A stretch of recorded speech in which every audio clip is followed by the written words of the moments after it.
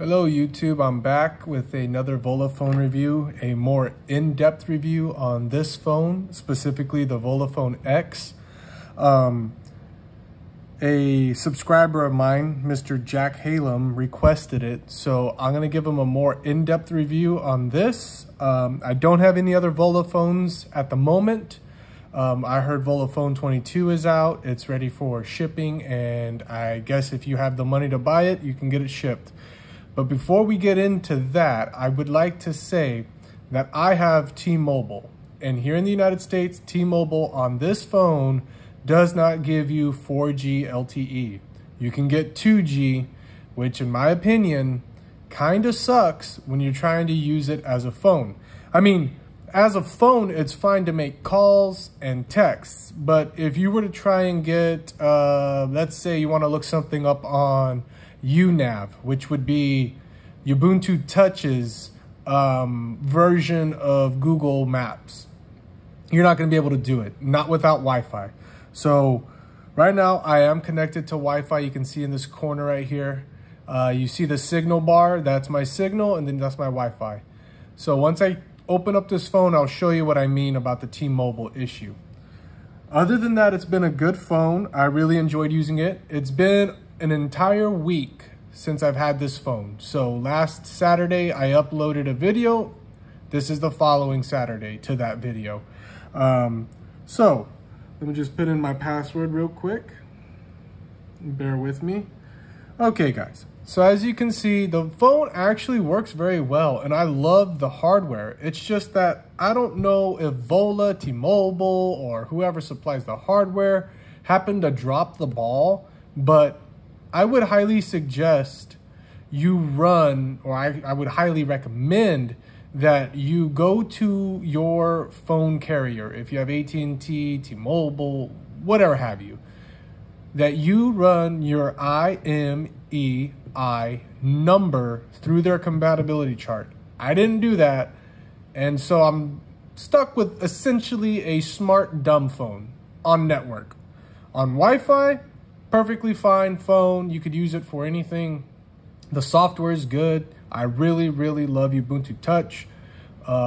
Hopefully my wife doesn't get too mad, but on eBay they had a OnePlus 6 or a OnePlus 3, I think it was a OnePlus 3 with Ubuntu Touch flashed on it. So I put in a little bid and actually won the bid.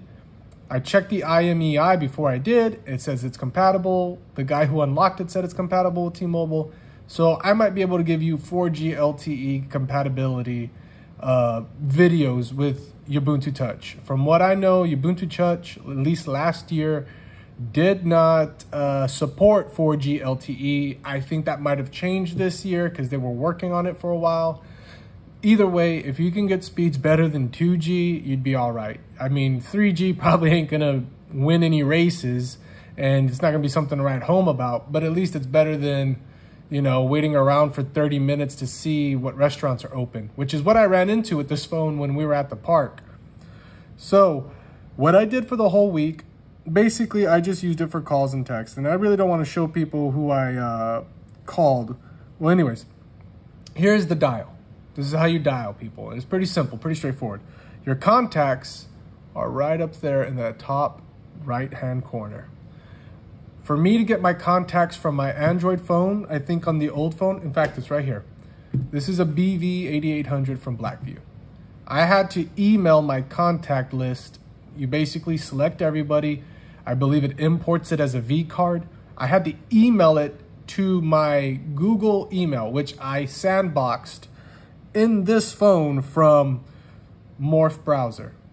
So I had to go to my Morph browser, go to my Google site, log into my Gmail, then I had to download it as a PDF file. Then from my PDF file, I had to open it up and open it with contacts.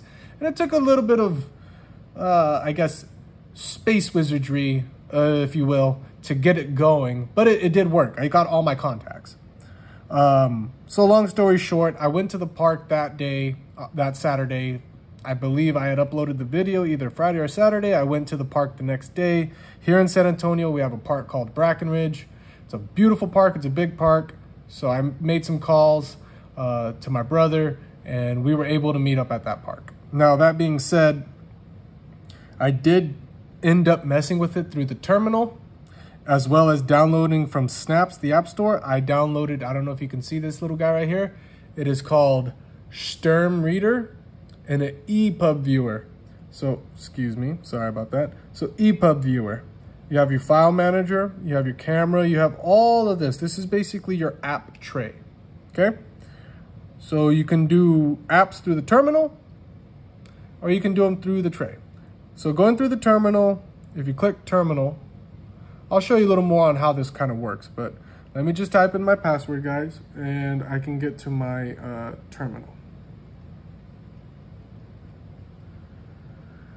So basically, for people who've never used Ubuntu Touch or any form of Linux, I believe this is Debian based, but for those who are not in the know, trust me, I'm not an expert. I'm not someone who knew a whole lot about Ubuntu. I knew it was around. I actually came from Windows, but Ubuntu is kind of my flavor. I kind of like it. It's mainstream enough to where there's enough like people on forums and I guess experts in the field. So if you're having an issue and it's like, oh, it's with Ubuntu or Ubuntu Touch, there's a lot more people using it. So there's a lot more people like, oh man, it's just this one little thing that's happening. And so they can help you. So from here, you click on this. In your terminal, in the bottom right-hand side, you have a keyboard. You click your keyboard shows up. This is your line command. You type in sudo apt. You're gonna do a little minus sign, get, and you can do upgrade, which is what I kind of generally do on my laptop. These are kind of like the things I go through the motions every time I turn on a Ubuntu system. I always go sudo apt get upgrade, and then I let the apt, oh, sudo, I guess I can't capitalize it. I'm sorry, guys. Sudo apt get upgrade. Okay, so now I gotta type in my password, which everybody should have a good complicated password. So if we type in my password, boop, so as you see, it's like doing this where it gives you these lines of code. And some of them are like, oh, it's done. This is no longer removed. This removed it. Da da da da. 0 upgraded, 0 newly installed, 0 to remove, 0 not upgraded, yada yada yada yada yada. Right? So now you do the same thing. You go sudo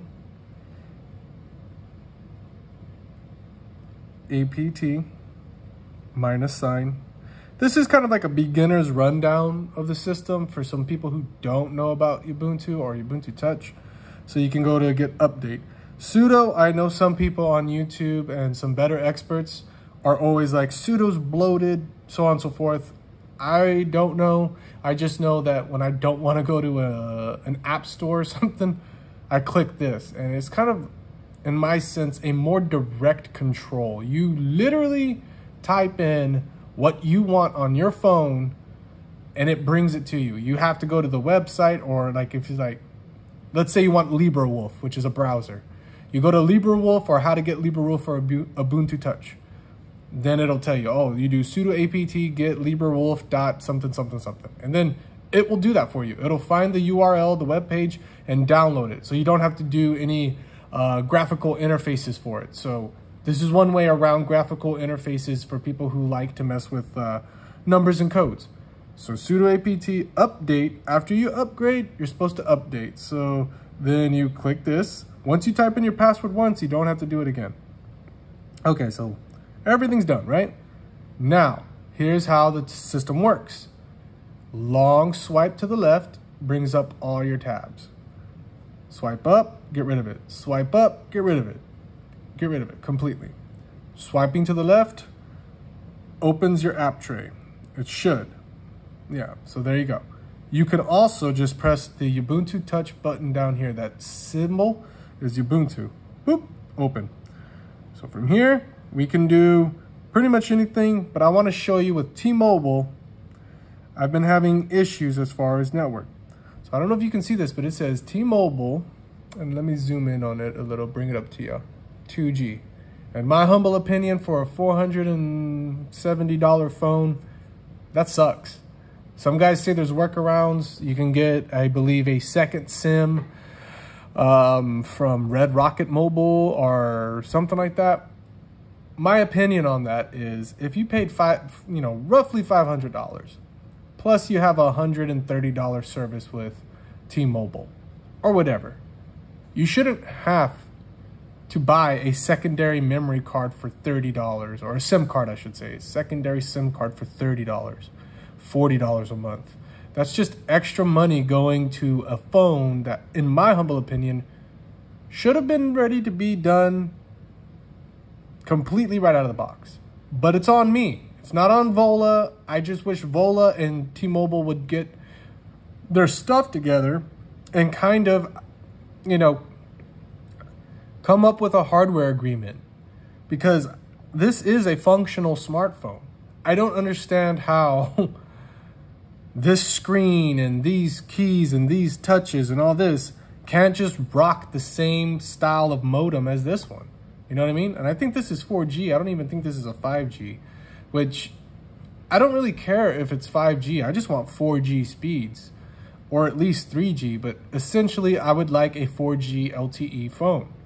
So I love the software, and I wish Ubuntu would kind of, I don't even want to blame Ubuntu. I just kind of wish Ubuntu had more of a following, kind of like Android and Apple. Because when I was younger, you had Razer and you had BlackBerry and you had all these brands, and everyone was vying for that mobile phone market. And then all of a sudden, an iPhone came out, and then everybody wanted smartphones. And then that's pretty much the end of the world. But it didn't really happen until roughly 2013, 2014. So, even in 2009, Tony Stark from the first Iron Man was rocking that little T-Mobile flip thing. And those are making comebacks now. Those featured dumb phones with like 2.5-inch, 3-inch, 4-inch screens. Those are making comebacks. And so it feels refreshing to see that there are competitors out there to the big two, at least in the mobile phone space. The big two, which is Apple and Google, Android. But KaiOS is bought by Google. So if you have a KaiOS phone, essentially you have a Google phone, and you can't really trust it because it's owned by the same people you try to get away from. This is not owned by anybody. It's open source, which makes it great. I just kind of wish, for some reason, that T-Mobile or Volla, whoever, dropped the ball, and now you have a 2G dumb phone that really looks cool. I did love using it though for the week. It wasn't bad to make calls. It wasn't bad to make text. Calls were clear. Texts were legible. It didn't take long to send. In fact, when my brother called me, like I said, when we went to the park, I didn't have any issues talking to him at all on the 2G. Same thing when I was sending text back and forth. The only thing is you're not going to send emojis, which I talked about in my first video. But there is a thing you can do to download stickers. And I haven't done that because at the moment, even though this works great, when I'm working, because I am an electrician, so somebody, my partner / boss, will send me info. And he'd be like, hey man, I need you to meet me at such and such library, or such and such house, or such and such hardware store at way across the other side of town.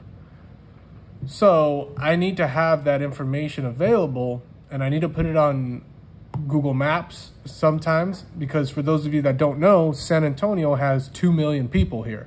So for some people that could be very small, but for a lot of people that's a lot. For some people who know how a city works, when I was younger, we only had 1 million. Now we're up to 2 million, and there are like apartments and condos everywhere. It has just exploded, not only in the tech industry, but just general people living here now. And I guess it's a double-edged sword, and it's a blessing. But either way, sometimes those routes that you're taking from one side to the other are under construction. You're not going to get any updates with UNAV. And if you're running 2G, you're not going to get any maps at all. You might be able to download an offline map, but,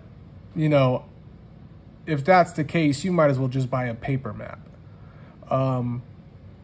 So for a paper map that's less than 10 years old, you'll probably know the routes, but you'll never know what route at what point in time at any given moment might not be under construction, have a car crash, an accident. There might be public works people working either on downed power lines or water lines. There might even be road construction where they tear up the road and you have to go around. So you're not going to get that with this or a paper map, but on Google, you will. I'm not saying, oh, stop what you're doing, go to Google. There's a guy on YouTube that I used to listen to that said that the Ubuntu Touch or specifically Linux phones are dead. And I don't agree with that. If they were dead, you wouldn't have innovation like this. You wouldn't have ruggedized Ubuntu Touch phones. You know what I mean? You wouldn't have, I believe the Fairphone 4 now comes with Ubuntu Touch.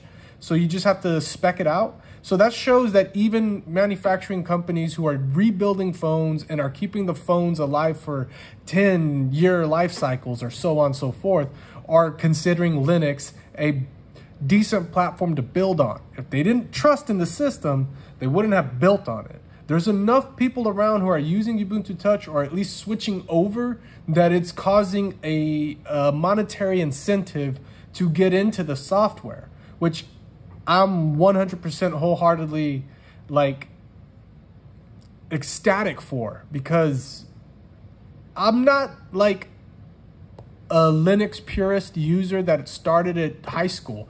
I recently got into it at 29. I'm 30 now. So what, maybe a year, if that, or maybe I was just barely got into it. I don't really remember. I'm trying to think. Maybe 4 years ago. So 26, I knew that this was around and I was kind of working my way to it because I got tired of paying for phone after phone after phone, like LG G5, the LG G4, those were breaking left and right. The Asus Zenfone was the one that broke it for me. I just got tired of buying any standard phone. I went rugged right after that phone, and that thing was like, I don't know if y'all have ever done boxing or martial arts, but it's called a glass jaw. So essentially you hit someone on the jaw and then they crumble. It's a term used in boxing and in martial arts for someone who can't really take a hit. And I'm not trying to be offensive to anybody, but it's just like that phone, that Asus Zenfone was the glass jaw of phones. That thing, you could flick it and it would just shatter into a million pieces. Like it was made out of like paper mache and some like poor adhesive. So I took it to get repaired. I bought it at like 600 bucks, took it to get repaired. It was like $300 or $400. After it broke again, I was like, that's it. So I went to Blackview, which has been good. So I was like, I know I want rugged phones. Now I'm glad to have it in the software. So that's kind of where I'm going with this. I know it's kind of long-winded and I'm trying not to, but I feel like I gotta be honest with y'all. If you're trying to buy this phone to replace your daily driver and you have T-Mobile, the Volla Phone X is gonna kind of disappoint you. Not in the calls or the texts, just the fact that you don't have internet. Now, if you don't need internet for whatever reason, let's say you just don't need it, you know where you're going, because kind of how I know San Antonio, I know where I'm going, but just because I know where I'm going doesn't mean that life doesn't happen, guys. So you may not need it, you may need it. For me, it helps me to have it. So I have to kind of like, after I use this for about 3 or 4 days, maybe a week, a business week, 5 days, and then I switched over to this one, and I like this one. I really do. I like the software. It works great, you know? So anyways, guys, here's your thing. Here's the in-house music. I haven't even been able to download music, but on my other devices, Ubuntu Touch devices specifically, like my OnePlus One and my tablets, they run the music app just fine. See how it says no music found? You can just put a SIM card and put it in there, and it's your music from when you were in high school, listening to it on your iPod 1 or your PSP, if anybody remembers those. But essentially, you don't have to go to YouTube to listen to music. It does help though when you want to listen to your podcasts, which is something I found out, because usually when I'm at work, to make the day go by fast, sometimes I listen to my podcasts. Like sometimes I listen to Joe Rogan, sometimes I listen to Bill Burr, sometimes I listen to old Norm Macdonald comedy stuff. Sometimes I listen to movie reviews. Sometimes I listen to there's another thing I listen to. Oh, like camping, you know, like camping equipment, what places are good, what's going on in the world of camping, what materials come out, like what kind of tent. It's a 6-person tent, it's lighter. So I like to listen to some of that stuff. Like, I guess stay on the up and up of what interests me. But anyways, guys, I digress. File manager, you get your files. This is how you access everything: music, downloads, documents, pictures, videos. So on documents, I have nothing. I don't even think I have anything in downloads. Yeah, so my V cards basically. So you can do notes. Oh, by the way, I'm sorry. This is one of the most important things. The camera, excellent. It worked just fine. I loved this camera, actually. I think for the Ubuntu Touch system, I think this camera is impeccable. I will kind of show you some of the photos I took of the, park, Brackenridge Park. So yeah, car and Brackenridge Park. This is a very decent picture. I don't know how to explain photos because I'm not an expert in photography, but this is kind of blurry in the back. I guess it focused only on the car, but no big deal. Here's the next one. This was kind of at dusk, by the way. This was like 8:30 here in San Antonio. For those of you that don't live here, the sun never goes down. It goes down right around like 9 o'clock in the summer. So, you know, if you've ever seen that, I think it's a movie, Midsummer, where it's like, it's 9 o'clock and it's still daylight. That's here, basically. So the camera is good. It's serviceable. It's 20 megapixels. I don't think it's anything close to this. I haven't taken a whole lot of photos with this. I've taken photos with other ones and I thought they were great. But essentially it's workable camera. It looks good. So there I am taking it with the selfie. So pretend you never saw my face. And here's the video.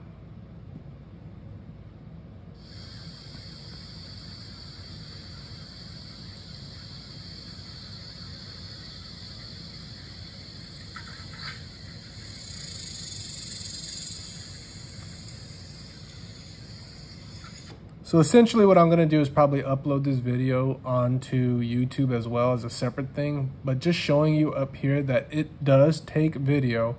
It is decent.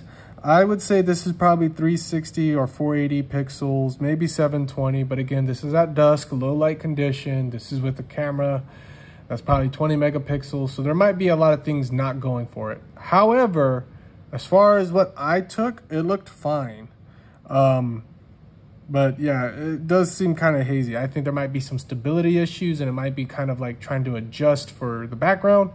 Either way, I actually like this camera. I thought for the, I don't know if anybody's ever used Ubuntu Touch with a camera, but yeah, the cameras are not that good, quite honestly, on any Ubuntu Touch device, unless it's, I guess, a newer device.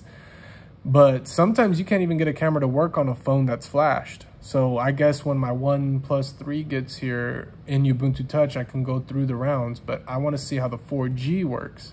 I really want Ubuntu Touch to succeed. I really do. And I really want Linux phones to succeed. I think it's time to get some more third-party operating softwares out there. I'm really glad KaiOS is out there.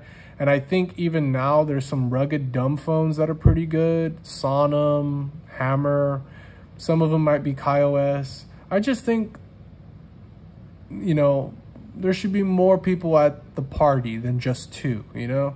Kind of the duopoly. It's just like your money's either Apple or Android, Apple or Android. And that kind of bums people out because it's like, dude, you know, you have to stay connected, but how are you going to do it? Everybody's got your information now. And it just kind of burns you out. But as far as this phone being good, it's excellent, guys. If you have something that works with 4G, because it is capable, it's just not with T-Mobile, okay? That's just gonna be honest, okay? So if you have T-Mobile and you're thinking about getting this phone, I would be honest with you. I know some guys would tell you just buy it and wait. I'm not gonna tell you to do that. I'm gonna tell you pass this up until all of that stuff blows over.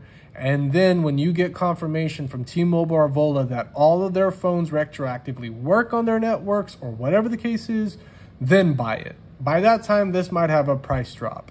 But as it currently stands at roughly $500 for the phone to not work on 4G without a secondary SIM card from another network, I don't think it's worth it, in my opinion. But if you're buying the phone to just mess with and be a developer and kind of touch up on Ubuntu and just kind of get out of it, worth it. If you have a SIM card that can give you 4G on this phone, absolutely worth it, 100%. But if you have T-Mobile and you're trying to replace it, oh no, you're gonna get burned.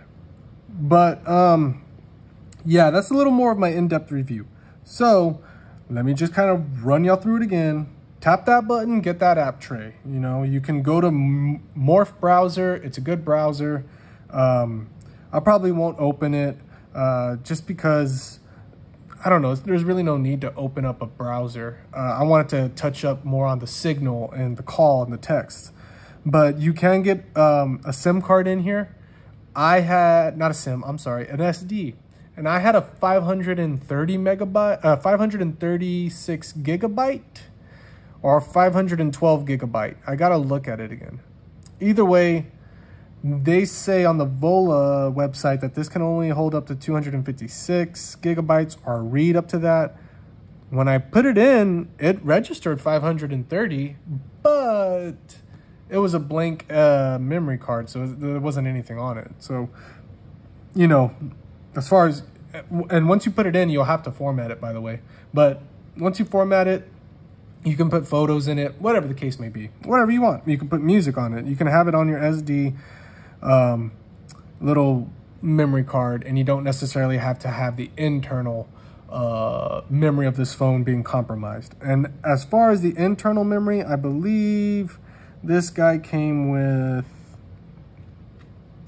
you know what, let me go to the settings. I believe it came with, I think this is a 128 gigabytes, and I believe it's 4 gigabytes of RAM, or 4 gigabytes 64, but I want to say this is 128 gigabytes with 4 gigabytes of RAM. So we can do about, let me just move it up.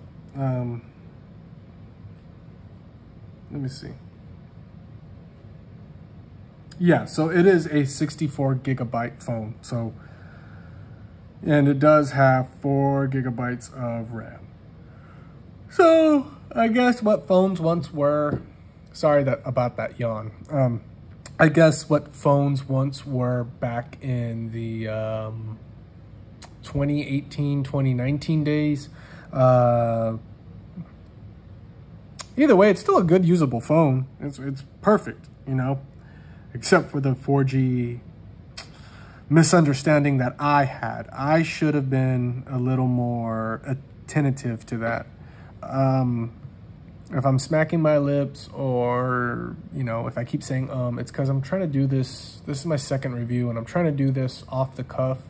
I was hoping it'd be shorter, but I guess I'm just a long-winded person that it's not. It's pretty much the same length. But I hope that answered your question, Mr. Jack, because photos are great. Calls and texts are great. The recent apps that I downloaded weren't really like anything spectacular. I know some people download games.